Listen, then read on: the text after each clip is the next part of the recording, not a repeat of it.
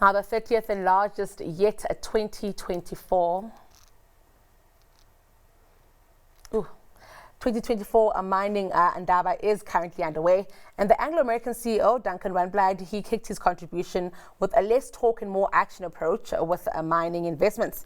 Now, amidst Zambia's rapid strides in making itself attractive for mining investment compared to South Africa's slower pace of reforms, Anglo American eyes acquisitions in the copper-rich nation.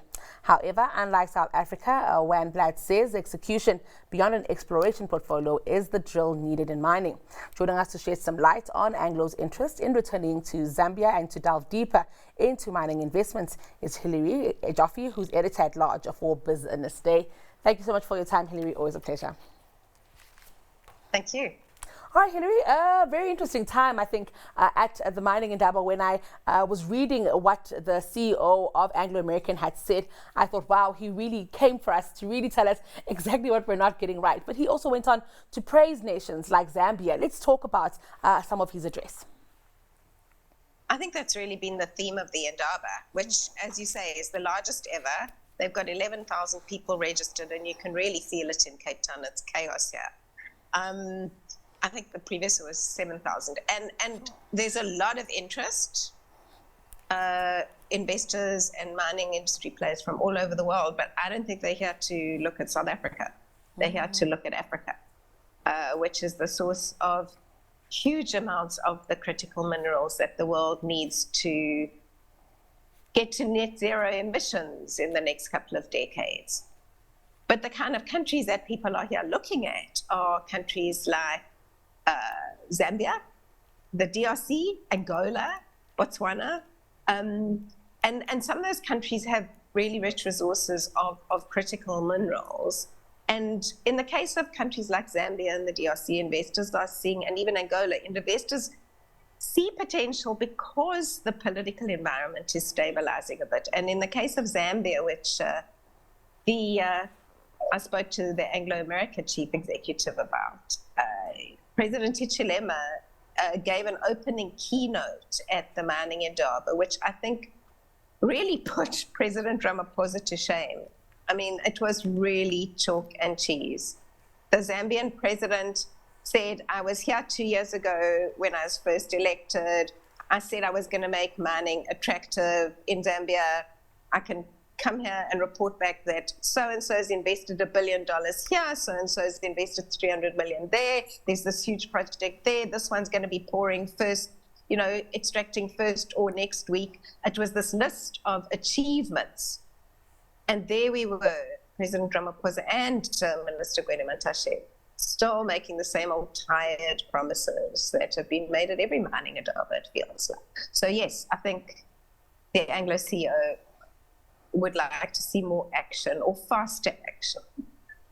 Actually, speaking about, President Hichilema, because I think it's very interesting what you say. He's got results to come through and report, Hilary. But I'm also keen to find out what else he's done for that Zambian investor confidence that now sees, miners moving in there. Is it a matter of growth? Is it a matter of just an investor-friendly environment?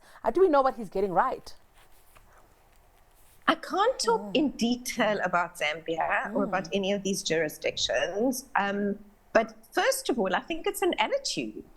And if you even walk around the exhibition center, they've got all these countries, our neighbors, have these big slogans of basically, come and invest with confidence, come and see us, come here. Yeah. And we don't have that kind of attitude. We say we are open for business, but do we fall over ourselves to attract mining investment and mining investors and make it easy for them to come here? And when you look at things like the fact that we have until now had no transparent, efficient, workable mining cadastral system, in other words, to allow for mine licensing that is online, transparent, quick and modern, so that you can't really do exploration here very easily at all. And that's not even counting all our other issues of electricity and transport and the fact that you can't get the stuff to the port.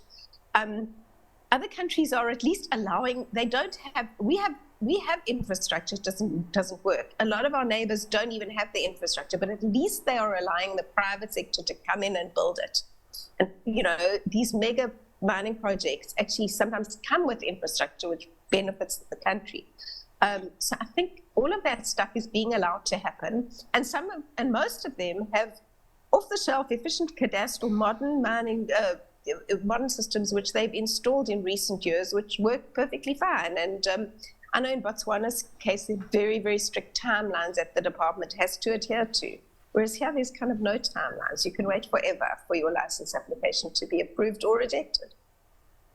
Perhaps what is a little bit disappointing, Hilary, is just how long South Africa has been mining, rich mining heritage. I think there's certain things that we should certainly, have done and dusted and learned along the way, that we're not trying to even compete with the likes of Zambia or new mining countries. But with that said, I'm very keen, I think, to find out about, as we hear of the CEO of Anglo speaking about right acquisitions, what are they looking for as well? Of course, they're looking for investor-friendly environment, but I'm also keen to find out about the kinds of metals. We're platinum rich, for instance. Is platinum relevant? Well, platinum is potentially of relevance, yes. But we also, and we are, as you know, the world's largest source of platinum. But we also have a lot of other minerals which the world really needs. And South Africa is very underexplored. People need to go and, if the exploration licensing regime and all the other things were to fall into place, there would be lots of exploration happening. And I think people, the miners of the world really would want to come and look at South Africa. So, in Anglo's case, Anglo's interesting because in a way it's going back into jurisdictions in which it really had a rich tradition but has left. So it's exploring in Zambia. Everybody wants to be in Zambia because it's got so much copper, and they want to be in DRC because it's got copper and cobalt. Anglo left Zambia, I think, twice, and the chief exec is open to making acquisitions, but I think he said they've got to suit Anglo, and he's made it very clear that Anglo in general, which has embarked on cost cutting in the light of what's happened to its commodity prices, will only mine profitable ounces. It will focus on value. But Anglo is actually, Vita Beer is also going back into Angola again for diamonds. So there's really interesting stuff happening in Africa, and I think the Sinjaba gives you such a sense of it. Well, I hope South Africa can get on with it. Hilary, thank you for your time. It's always a pleasure having you with us on our Business Lunch. That was Editor at Large for Business Day, Hilary Joffe.